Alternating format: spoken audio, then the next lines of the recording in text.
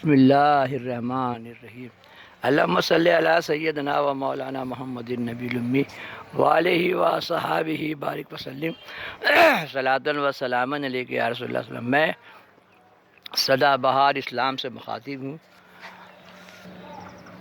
سید نعیم الدین کی سدا بہار باتیں چھوٹی چھوٹی انداز میں بتا رہا ہوں۔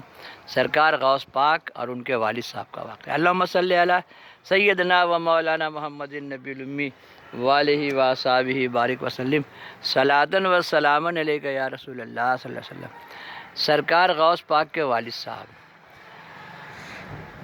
دجلہ ندی کے کنارے کنارے جا رہے تھے اور انہوں نے دیکھا کہ ایک شیب بہتا ہوا چلا رہا اور آپ نے وہ شیب اٹھا لیا پانی سے اور اٹھا کے کھا گئے۔ اب آپ دیکھیے کہ عجب دنیا گجب دنیا، کیسی کیسی کیفیت ہے۔ ہر انسان کے ساتھ 4 شیطان ہیں۔ اب ان کے دل میں ایک کیفیت 12 فرشتے 4 شیطان کیفیت پیدا ہونے لگا کہ اب یہ تو مالک سے بغیر پوچھے میں نے کھا لیا۔ تو اب جدھر سے شیب بہتا ہوا آ رہا تھا اس کے مخالفت میں چلنے لگے۔ چلتے چلتے چلتے جب وہ باغ آ گیا جہاں سے وہ بہہ کے آ رہا تھا تو باغ میں گئے اور جا کے باغ کے مالک سے ملے۔ اللہم صلی علی سیدنا و مولانا محمد النبی الامی وآلہ و صحابہ بارک وسلم صلاۃ و سلام علیک رسول اللہ۔ باغ کے مالک جو غوث پاک کے نانا ہوئے، بڑے بزرگ، اور سب بزرگ تو اللہ تعالیٰ کے طرف سے سب سیٹل کیا ہوا ہے کہ ان کو، اور ایک لسٹ بھی ہے، اتنے اولیاء ہیں، اتنے سب لوگوں کا لسٹ بنا۔ اللہم صلی علی سیدنا و مولانا محمد النبی الامی وآلہ و صحابہ بارک وسلم صلاۃ و سلام، سب نامزد ہیں۔ تو جب جا کے ملے اور کہا آپ کے باغ کا سیب، کیونکہ ان کا بہت سا پیڑ جو ہے وہ ندی میں جھکا ہوا تھا، بہہ کے جا رہا تھا اور میں نے کھا لیا، اب آپ مجھے معاف کر دیں۔ بولے معافی تو ایسے نہیں ملے گی۔ معافی تب کہ معافی کا کیا طریقہ ہوگا؟ تو معافی کا طریقہ یہ ہوگا، میری ایک بیٹی ہے جو پاؤں سے لنگڑی ہے، آنکھ سے اندھی ہے اور گونگی ہے، اس سے شادی کرنا ہوگا، تب کہیں جا کے میں وہ معاف کروں گا۔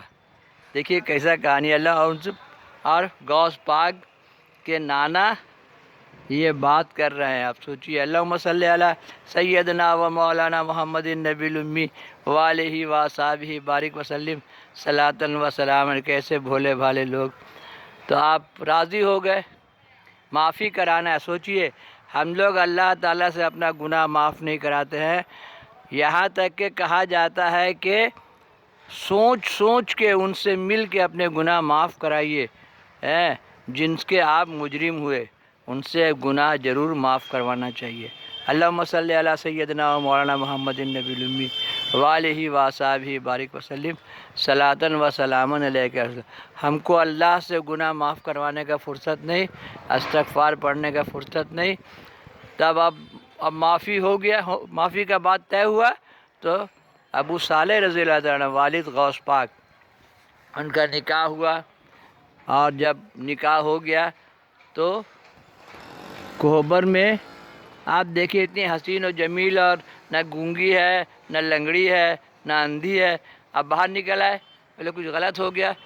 تو غوث پاک کے نانا، ان کے سسر باہر سے بولے حضرت آپ تو کہا تھا، آپ نے کہا وہ تمہارا امتحان تھا۔ اللہم صلی علی سیدنا و مولانا محمد النبی الامی وآلہ و صحابہ بارک وسلم صلاۃ و سلام علیک یا رسول اللہ صلی اللہ علیہ وسلم۔